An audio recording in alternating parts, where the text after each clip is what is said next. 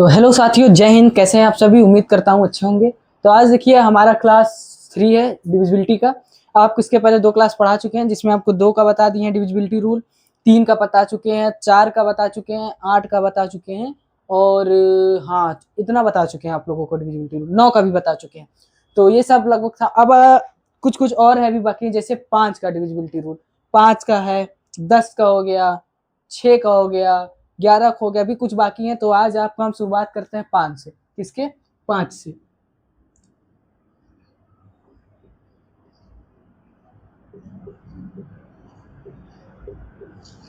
पांच विभाज्यता का 5 की विभाज्यता का नियम। देखिए दोस्तों, 5 की विभाज्यता के नियम बड़ा आसान है, बड़ा सरल है। ये इसमें क्या होता है, आपको बहुत कुछ नहीं देखना है, ये एकदम सरल होता है। सरल इसलिए बोल रहे हैं, आप इसका एक बार पहाड़ा पढ़ के देखिए। 5, 10, 15, 20, 25, 30, 35। तो आप यहाँ तक देखिए, पूरा चाहे लिख सकते हैं, 40, 45, 50 पहुंच गए। अब आप लोगों ने देखिए एक चीज नोटिस की होगी, 5 के जितनी बार टेबल पढ़ रहे हैं आप देखिए, 5 के 5, 5 दूना 10, 3 45, 5 10 15 15 15 15 20 50 25 5 30 5 कहीं पे भी देख रहे हैं आप, एक चीज नोटिस करिए, इसका अंतिम डिजिट केवल दो ही नंबर आ रहा है, 2 डिजिट आ रहा है। कौन कौन सा? एक तो 0 आ रहा है, एक को 5। आप देख लीजिए 0 5 के अलावा कुछ और आ रहा है?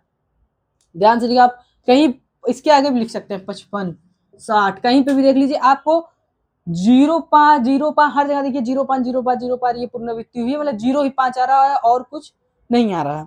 तो इससे आप लोग को एक चीज समझ में आया होगा कि इसका जो डिविजिबिलिटी रूल है वो यही कहता है कि किसी भी संख्या, कितनी बड़ी बड़ी संख्या, छोटी छोटी संख्या, वो उस संख्या के अंतिम का जो अंक होगा वो क्या होगा? 0 होगा और 5 होगा।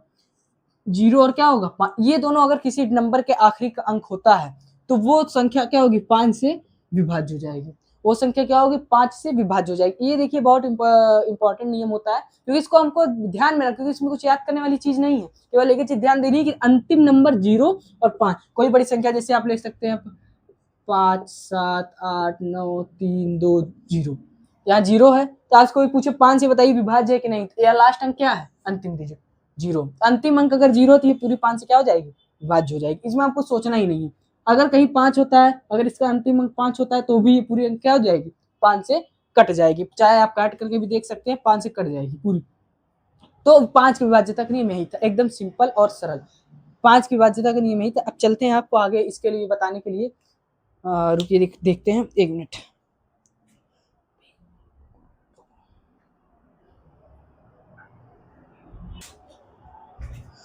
तो दोस्तों थोड़ा काम आ गया। देखिए आपको 5 का विभाज्यता का नियम बता दिए। किसका? 5 का। अब आपको कौन सा पता करना है? 6 का। 6 का देखिए विभाज्यता का नियम क्या कहता है।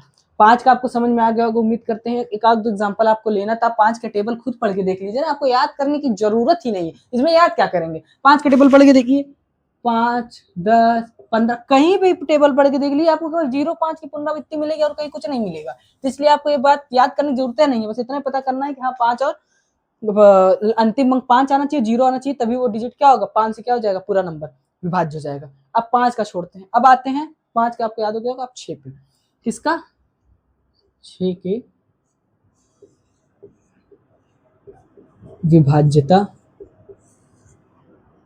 का नियम। कहाँ चलते हैं? 6 की विभाज्यता का नियम। राइटिंग समझ जाए, क्योंकि पहली बार लिख रहे हैं इसलिए हमको थोड़ा से दिक्कत, लेकिन देखिए 6 के विभाज्यता का नियम। देखिए 6 का विभाज्यता का नियम क्या कहता है?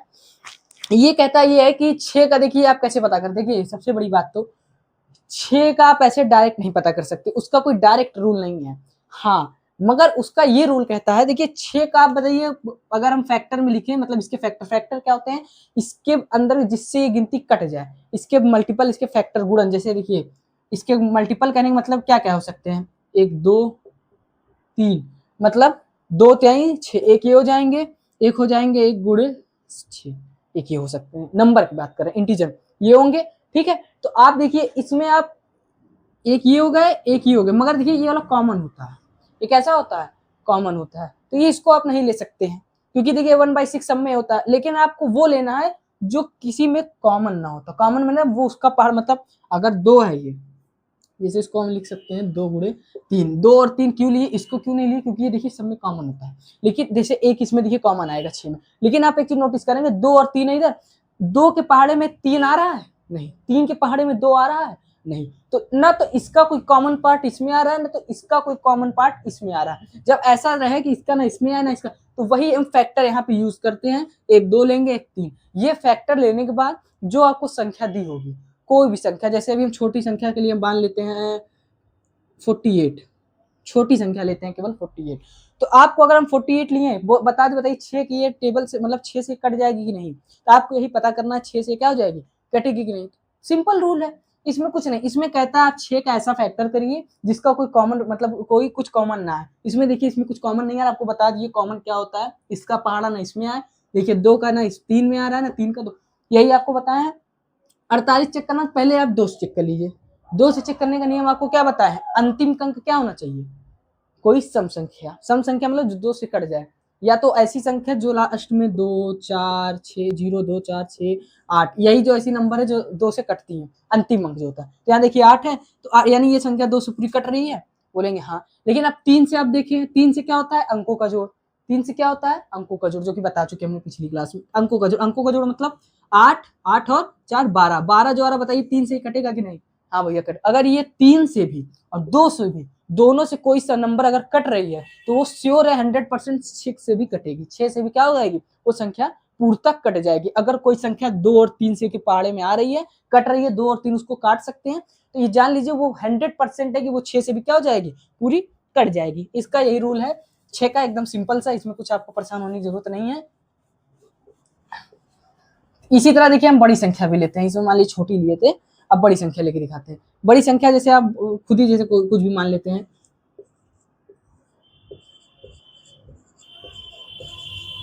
ये इतनी बड़ी संख्या है, अब बोल दिया बताइए ये 6 से क्या हो रही है, विभाज्य है कि नहीं, आपसे पूछा 6 से ये कट रही है कि नहीं, आपको यही बताना है।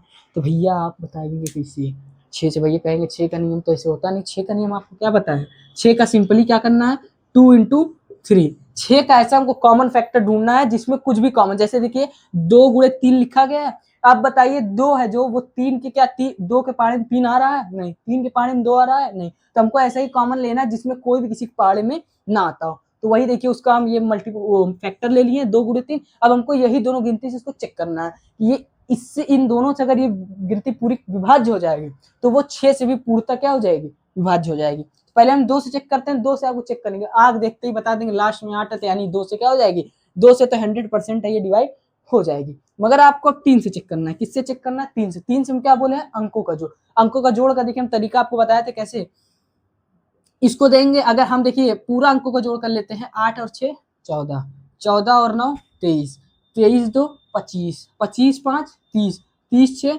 36, 36 3 39, 39 39 और 9 48, 48 और 8 56, कितना आ रहा है 56। अब कहेंगे सर जी अभी भी 56 आ रहा है, कैसे, फिर जोड़ लीजिए 6 और 5 11, क्या आ रहा है 11। अब बताइए 11 क्या 3 से कट रही है, नहीं कटेगी, 3 से कट रही है नहीं, 3 त्रिक का 9 3 चौक 12 होता है, 11 नहीं कटेगी। अर्थात ये जो गिनती है, ये इतना बड़ा जो नंबर दिया है वो आपका 6 से विभाज्य, 6 से विभाज्य नहीं होगा, ये 6 से विभाज्य नहीं है मगर 2 से है, 6 से नहीं है मगर 2 से है। यही देखिए तरीका होता है 6 की विभाज्यता के नियम का। इससे आपको बस इसके कॉमन फैक्टर दोनों फैक्टरों से बस कटना चाहिए, अगर दोनों फैक्टरों से नहीं कट रहा है तो वो गिनती आपकी 6 से भी विभाज्य नहीं होगी। ये देखिए यही नॉर्मल आपका मेन यही था 6 का विभाज्यता का नियम, जो हमने आपको समझाया एकदम सरलता से, और कुछ नहीं है इसमें, बस इतना है 6 की विभाज्यता के नियम में, और कुछ नहीं है आपके, बस इतना है। अब आते हैं 10 की विभाज्यता के नियम। अब किसका हमको बताना है, आपको 10 के विभाज्यता नियम। आप कहेंगे अरे सर जी 10 का विभाज्यता नियम क्या होता है, देखिए 10 का, आप लोग सोचेंगे 10 का तो एकदम आसान है, देखिए 10 की विभाज्यता नियम।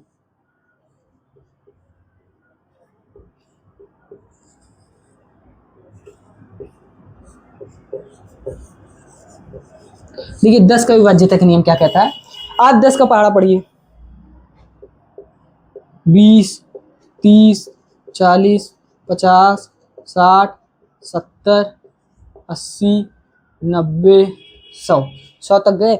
अब आप एक बात बताइए, इसका जितना भी पहाड़ा आप देख रहे हैं, आप एक बात बताइए कहीं पे भी जीरो के अलावा अंतिम अंक कुछ और आ रहा है, इसके आगे भी जाएंगे तो 110, 120, 130। अब बताइए कहीं पे भी अंतिम अंक 0 के अलावा कुछ और आ रहा है? आप बोलेंगे नहीं सर जी नहीं आएगा। बताइए मित्रों आ रहा है? नहीं आ रहा है। जब ऐसा जब देख के इसे पता कर लिए तो आपको हमको बताने की क्या जरूरत थी विभाज्यता का नियम क्या होता है। आप तो इसे समझिए कि जब कुछ आ ही नहीं रहा तो जाहिर सी बात है, जब कुछ नहीं आ रहा है केवल 0 ही आ रहा है तो अंतिम अंक उस गिनती का क्या होना चाहिए? 0। अगर 0 रहेगा तभी वो गिनती क्या होगी? 10 से घटेगी। तभी वह गिनती 10 से क्या होगी? घटेगी। ये बात उम्मीद करता हूँ आपका 10 की विभाज्यता के नियम में समझ में आऊंगा कि कोई भी कितनी बड़ी गिनती लिखी हो। देखिए इतनी बड़ी गिनती है लेकिन लास्ट में आप देख लीजिए 0 है तो ये 10 से तो पूर्णता पक्का कट जाएगी। पूर्णता क्या होगी? 10 से पूरा कट जाएगी, ये 100% श्योर है। तो यही कहता है 10 के बाद जिसके अंतिम अंक 0 होगा वो 10 से क्या हो जाएगी? पूर्णता विभाजित हो जाएगी। पूर्णता क्या हो जाएगी? विभाजित हो जाएगी। यही कहता है 10 का नियम। अब देखिए इतने होने के बाद अब आपको थोड़ा ले चलते हैं हम क्वेश्चन की ओर। क्वेश्चन जो कि एग्जाम में भी पूछे गए हैं काफी, सीजीएल सीएचएसएल जैसे। आप सोचेंगे अरे भैया इतने आसानी से कैसे सीजीएल सीएचएसएल, अरे भैया ऐसे ही रहता है। अभी आपको दिखाते हैं, आप देखते जाइए, आपको लगेगा ही नहीं कि हम सीजीएल सीएचएसएल क्वेश्चन कर ली। बहुत ही आसान होते हैं, बहुत कठिन है। बस आपको यही है कि जितना चीज बताओ उतना माइंड में आपके ध्यान होना चाहिए। बाकी क्वेश्चन आपको बहुत सरल मिलेंगे। देखिए आपको दिखाते भी हैं, आप कभी देखेंगे तो आप कहेंगे नहीं इतने सर। ये बात बस इतना याद रखे रहिएगा, अगर आपको कोई बड़ी गिनती दे देती है, जैसे बड़ी गिनती कहने का मतलब है 12 दे देते हो बड़ी गिनती में, 72 दे देते हो, 99 दे देते हो, जिससे बड़ी गिनती के बाद, तो आपसे कह दे इससे आपको चेक करना है कि कोई गिनती दे दिया हो बड़ी सी, इसी से लिख के फलाने का, उसको बोल दे सब गिनती इससे विभाज्य है कि नहीं, इससे विभाज्य। तो आपको कुछ नहीं करना, आपको हम क्या बताएं, केवल फैक्टर ढूंढना है जो कि दोनों में कॉमन ना है। क्या ढूंढना है? फैक्टर। बस यही माइंड में रखिए, कोई भी गिनती दिया हो बस उसका ऐसा फैक्टर निकालिए जो दोनों में कॉमन ना आता हो। कैसा फैक्टर निकालना है? ऐसा फैक्टर निकालना है जो कि दोनों में कॉमन किसी भी कीमत पे ना आता हो। जैसे 12 का आप बताइए क्या हो सकता है? 4 गुणे 3। क्या 4 के पहाड़े में 3 आ रहा है? 3 के पहाड़े में 4 आ रहा है? कहेंगे दोनों नहीं आ रहा। तो इसलिए 12 का आप ऐसा फैक्टर, कौन सा फैक्टर लेंगे? 4। अब बताइए 72 का क्या लेंगे, आप खुद बताइए। तो 72 का आप बोलेंगे 12 छंग, लेकिन 12 छंग 72 में आप देखिए करके देख लीजिए, 12 गुणे 6। देखिए इसमें करेंगे, इसको 6 गुणे 2 होगा, ये 6 और देखिए 6 6 दोनों कॉमन हो जाना ना, इसके पहाड़े में आ रहा है। 6 के पहाड़े में 12 आ रहा है, आ रहा है, तो ये नहीं लेंगे।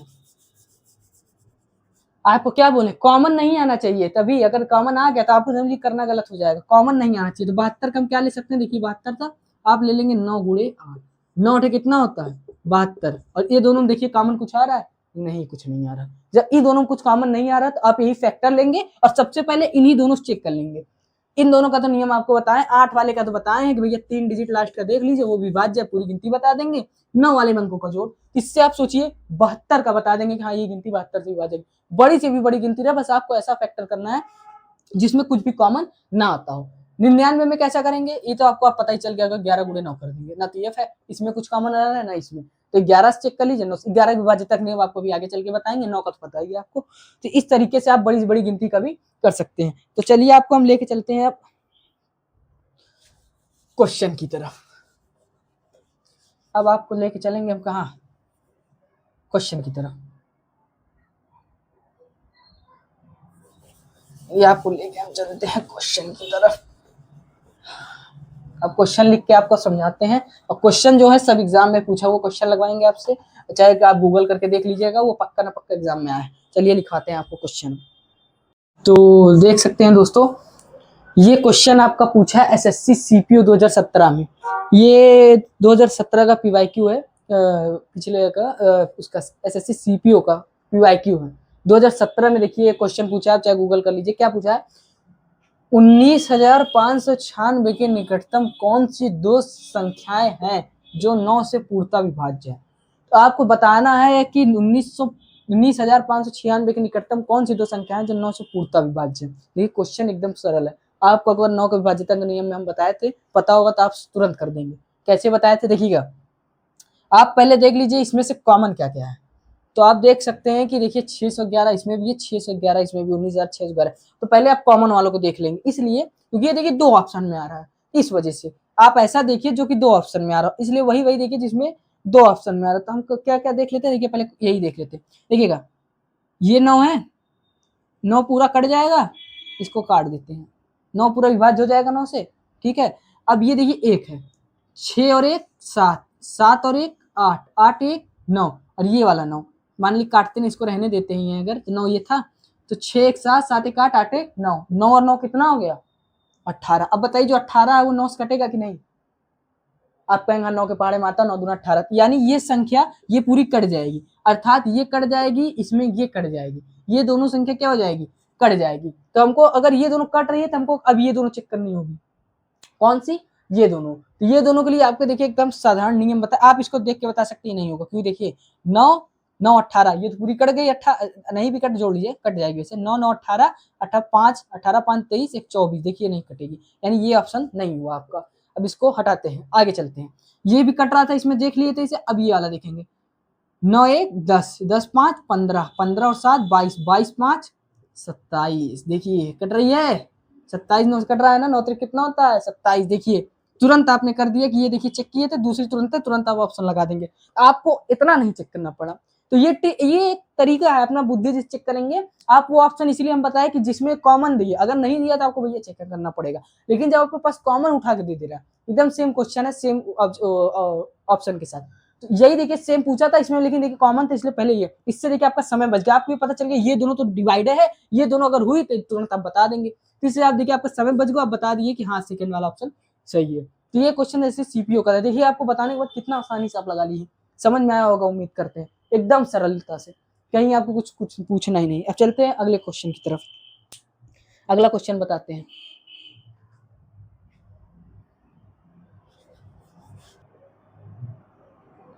तो देख सकते हैं दोस्तों ये क्वेश्चन है, दूसरा क्वेश्चन आप करवाने चल रहे हैं, कि देखिए ये क्वेश्चन क्या कह रहा है, ये भी देखिए एसएससी सीजीएल 2017 प्री का क्वेश्चन है, एसएससी सीजीएल 2017 का है। देखिए आप सोच रहे हैं कि आप गूगल करके क्वेश्चन पूछ सकते हैं, ये क्वेश्चन सीजीएल का है, वो जो पूछा गया वही आपको सॉल्व करवाना है। देखिए क्या कहा गया, यदि 8 अंक की संख्या 443 2 a 4 3 b 9 और 5 से, देखिए क्या कह रहा है, 9 और 5 से विभाज्य है, तो बताइए a प्लस बी का जोड़ कितना होगा। आपको बताना है a और प्लस बी का जोड़ कितना होगा, अगर ये दोनों क्या है, यह 9 और 5 से विभाज्य है, तो a और प्लस बी का जोड़ कितना होगा, देखिए ऑप्शन है, ये क्वेश्चन देखिए क्वेश्चन में क्या कह रहा है। तो क्वेश्चन हम पहले यहाँ एक बार उतार देते हैं, देखिएगा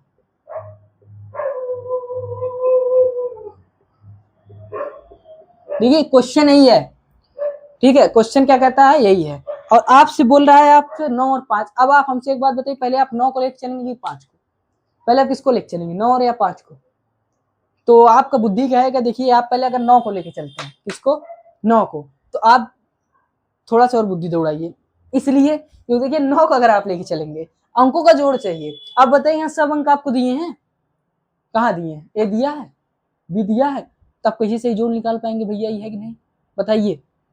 आप 9 को अगर लेके चलते तो कैसे, देखिए 4 4 8 3 11 2 13 4 17 3 20, तो आप देखिए 20 आ रहा है, और 20 को 3 से डिवाइड कर, 20 को 9 से डिवाइड करेंगे तो 18 तक, 2 9 9 दूना 18 होता है, 20 में से 18 का कितना बचा, 2, आपका 2 बच रहा है। अब 2 के बाद आपका और क्या बच रहा है, 2 प्लस ए प्लस बी, आपको दोनों पता ही नहीं, ऐसे भी कर सकते हैं, मगर हम आपको देखिए कैसे बता रहे हैं, समझिएगा।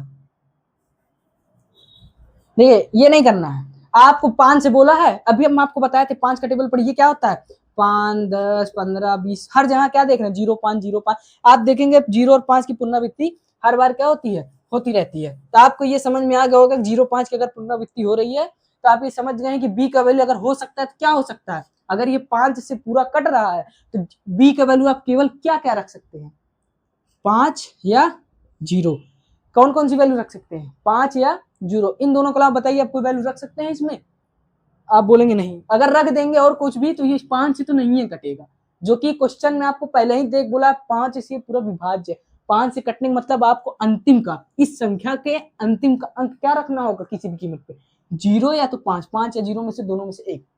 लेकिन आप कहेंगे कि सर ये तो दोनों रखना पड़ रहा है, आप देखिए तो आपके लिए इसीलिए एक चीज और दिया क्वेश्चन में, 9 से ही गिनती बोल रहा है।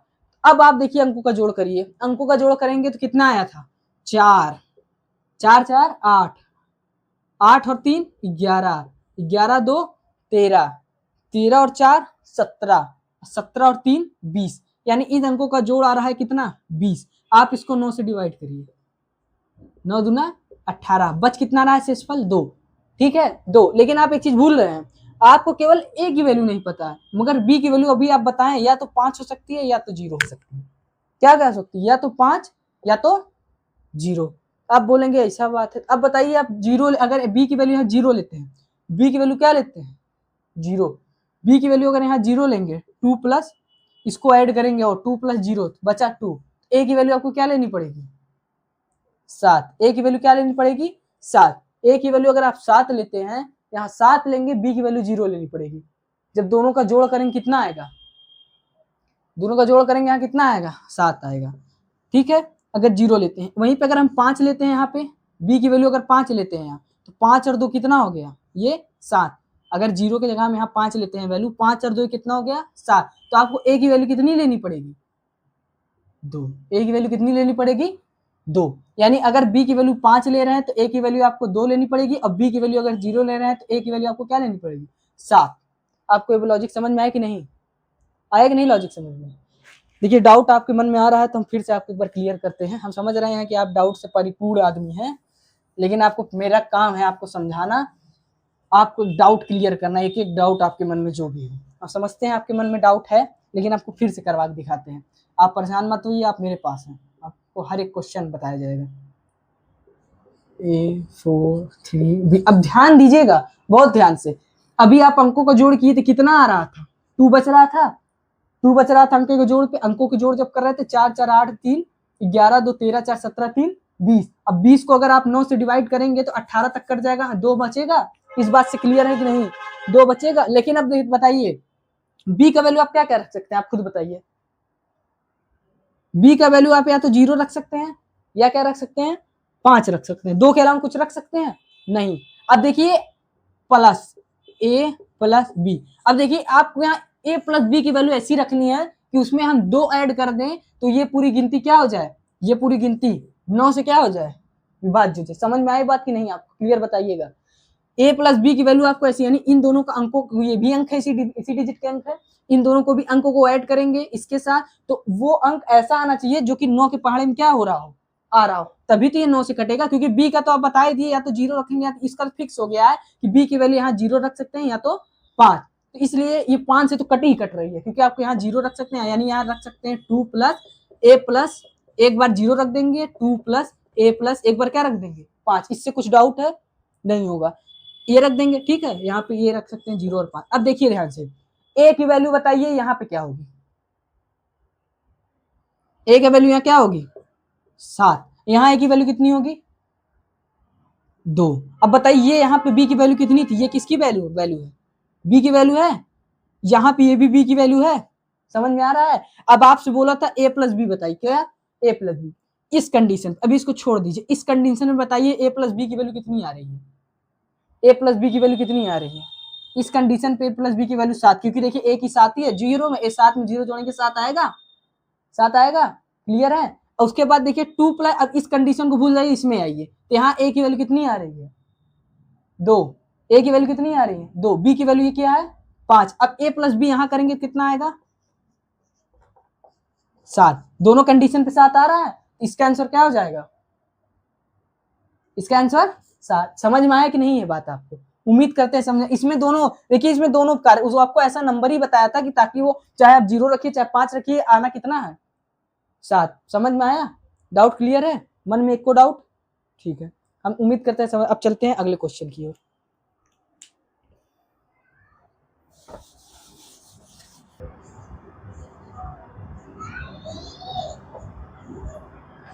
तो देख सकते हैं दोस्तों, ये हमारा जो क्वेश्चन है वो है एसएससी सीजीएल का प्री का 2019 का क्वेश्चन है।